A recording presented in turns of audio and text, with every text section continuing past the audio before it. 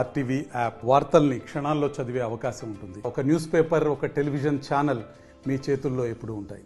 వ్యవసాయం దండగ కాదు పండగ అని నిరూపించింది తమ ప్రభుత్వం. అలాగే చేనేత వస్త్ర కార్మికులకి వస్త్ర పరిశ్రమను ఆదుకోవడానికి తమ ప్రభుత్వం సిద్ధంగా ఉందని అభిప్రాయం వ్యక్తం చేశారు ప్రభుత్వ విప్ ఆది శ్రీనివాస్. అలాగే కాంగ్రెస్ పార్టీ సీనియర్ నేత కేకే మహేందర్ రెడ్డి. వీరిద్దరి సమక్షంలో సిరిసిల్లలో వస్త్ర వ్యాపారులు కార్మికులు పెద్ద ఎత్తున కాంగ్రెస్ పార్టీ కండువా కప్పుకున్నారు, కాంగ్రెస్ పార్టీలో చేరారు. గతంలో ఉన్నటువంటి బకాయిలన్నింటిని కూడా తీర్చారు. ఇప్పటికే 200 కోట్ల రూపాయలు చెల్లించడం జరిగింది. త్వరలోనే అన్ని డబ్బులు చెల్లించడానికి సిద్ధంగా ఉన్నామని చెప్పి హామీ ఇవ్వడం జరిగింది.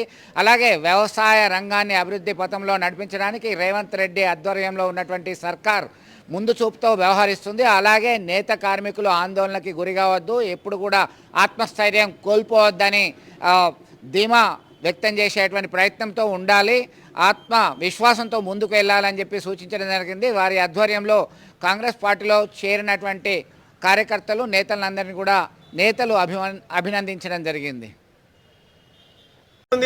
ఇవాళ గద్వాలకు పోతే ఒక బ్రాండ్ ఉంది, నారాయణపూర్ పోతే ఒక బ్రాండ్ ఉంది, కానీ సిరిసిల్లకు ఒక బ్రాండ్ రాలేదు. ఏదో ఒక బ్రాండ్ తీసుకొచ్చింది కదా ప్రభుత్వం. ఆ బ్రాండ్ అంతా కూడా మన బతుకును ఆగం చేసింది. ఆ బతుకును అటువంటి బ్రాండ్ కాకుండా మన బతుకును మంచిగా బజార్లో తలెత్తుకుని తిరిగే విధంగా, ఏ విధంగానైతే రైతన్నలకు అండగా ఉంటూ ఇవాళ వ్యవసాయం దండగ కాదు పండగ చేయాలనే ఆలోచనతో ఈ ప్రభుత్వం పనిచేస్తుందో, అదే మాదిరిగా నేత కూడా దండగ కాదు నేతలను కూడా తలెత్తుకుని తీసుకే విధంగా కాంగ్రెస్ పార్టీ అభివృద్ధి పదంలో వాళ్ళని నడిపించడానికి అనేకమైన పథకాలు తీసుకొచ్చి వాళ్ళను ముందుకు నడిపించే దిశగా మేమందరం కూడా పనిచేస్తాం. మా గౌరవ ముఖ్యమంత్రి యనుమల రేవంత్ రెడ్డి గారికి ఇక్కడ నేను కానివ్వండి, ఈ ప్రాంతానికి ఇన్ఛార్జిగా ఉన్న నేను కానివ్వండి, ఎప్పుడు కూడా మన పక్కలోనే ఉంటూ మనకు అండదండగా ఉంటున్నాం.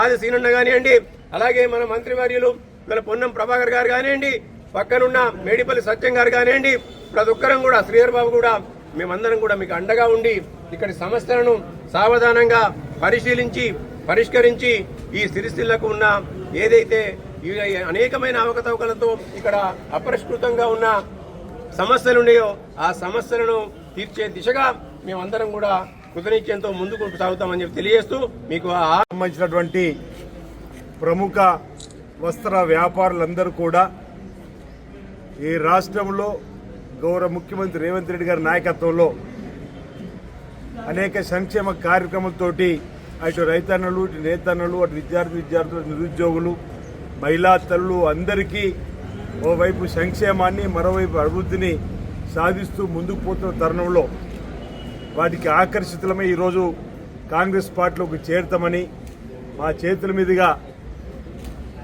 కాంగ్రెస్ పార్టీ జెండాలు కప్పుకొని చేరినటువంటి మిత్ర బృందానికి ఈ సందర్భంగా కాంగ్రెస్ పార్టీ అధ్యక్షునిగా వారందరికీ స్వాగతం తెలియజేస్తా ఉన్నా.